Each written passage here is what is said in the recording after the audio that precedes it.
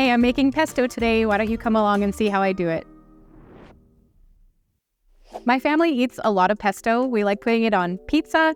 We love it on pasta and in sandwiches.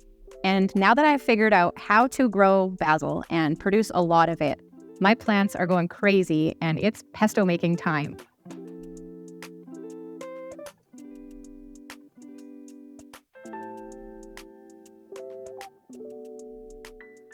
I like to make it in big batches during the summer, and then I freeze it, and then I have it for us to use throughout the winter. So I made a batch yesterday, I'm making another batch today, and I thought I would show you my process and how I get this done.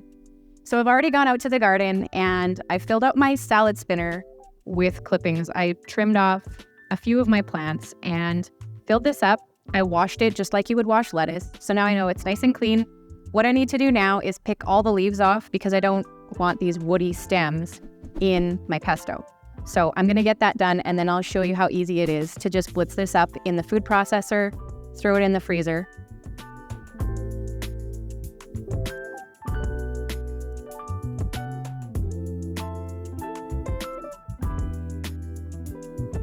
I'm done picking my basil off of the stalks, so I'm just gonna toss these into my salad spinner for now. The reason I like to pick it onto a towel is just to get it totally dry. So now that I've put all the leaves on the towel, I can roll it up and get any excess moisture out of there. And then I'm going to put it into my food processor. Now that my basil is nice and dry, I can move it into my food processor.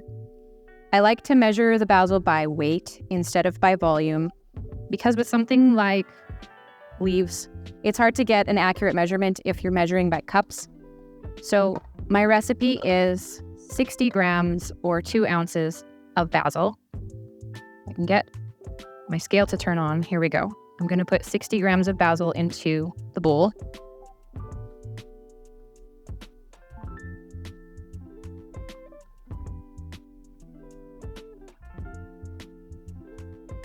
And I'll save the rest for pizza tomorrow. That's a lot more than I need, but we'll use it. Okay, so I have 60 grams of basil. Then I'm gonna add 2 tablespoons or 24 grams of pumpkin seeds. This is very different from a typical pesto recipe. Most pesto recipes will call for pine nuts, or you can substitute walnuts. Feel free to use either one of those.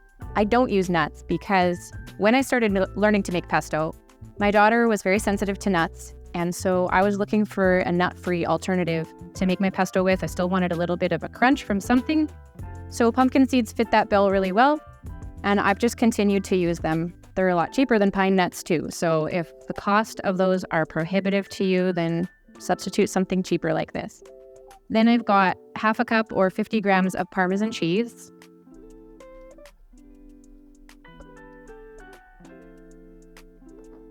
Half a teaspoon of kosher salt and a 1/4 teaspoon of black pepper. And 1 clove of garlic.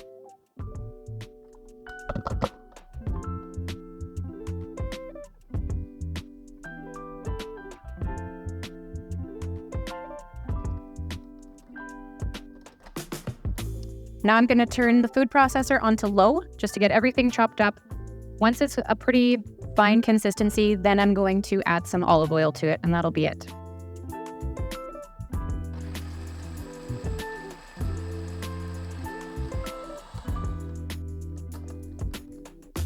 The texture on this is looking really good. Everything's chopped up nice and fine. So now I'm going to add my olive oil while it's going. So anywhere from 3 to 6 tablespoons of olive oil is a good amount. Some people like it wetter, some like it drier. It's really up to you.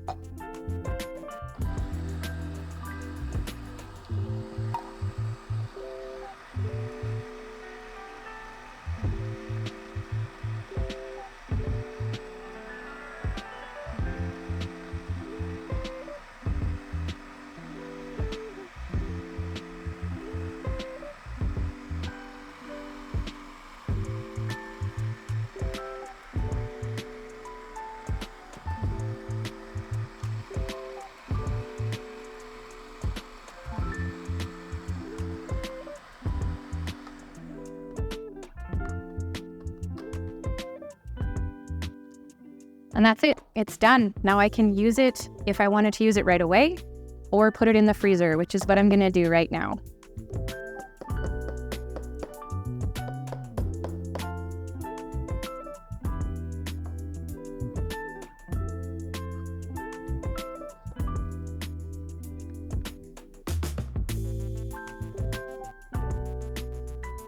I'm just going to grab the containers that I have for this behind me. And this is too much pesto for us to use in one meal. About half of this is what we would use whether for pasta or for sandwiches. And so I'm going to divide it into 2 containers and freeze it like that. And then once they've frozen, I'll pop them out and consolidate it into 1 container. And that just makes it easier to manage in the freezer. I don't need this big of a container in the freezer when I could have only 1.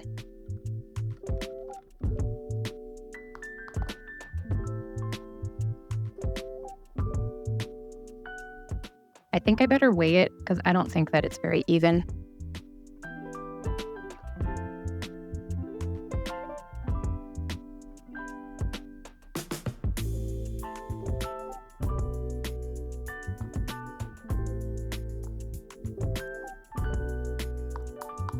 Okay. Give it a tap so that it flattens out.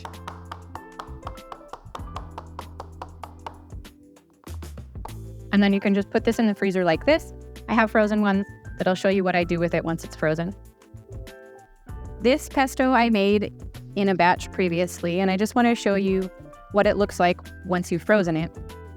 It's going to be a solid block of pesto in there, like a patty, like a burger patty. And it doesn't want to pop out. Run this under hot water on the outside of the container so you're not filling your container with water. You don't want water in there. Run the outside of it under hot water, and then it will pop out, and you've got yourself a pesto patty here. Just like you would divide meat so that it doesn't stick together, put the paper under your pesto, and it's ready to go in the freezer. If you don't use larger quantities of pesto like this, I think each block is about half a cup. You could freeze this in an ice cube tray. Get some from the dollar store. That's where I got mine. I use it for things like pesto, different herbs, chicken broth, things that I might want just a little bit of stuff at one time, and I don't need a large quantity of it.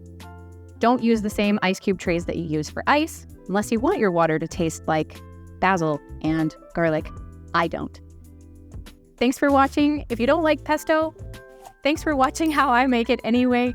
I hope you learned something, and I hope this was helpful to you, and I'll see you again soon. Bye.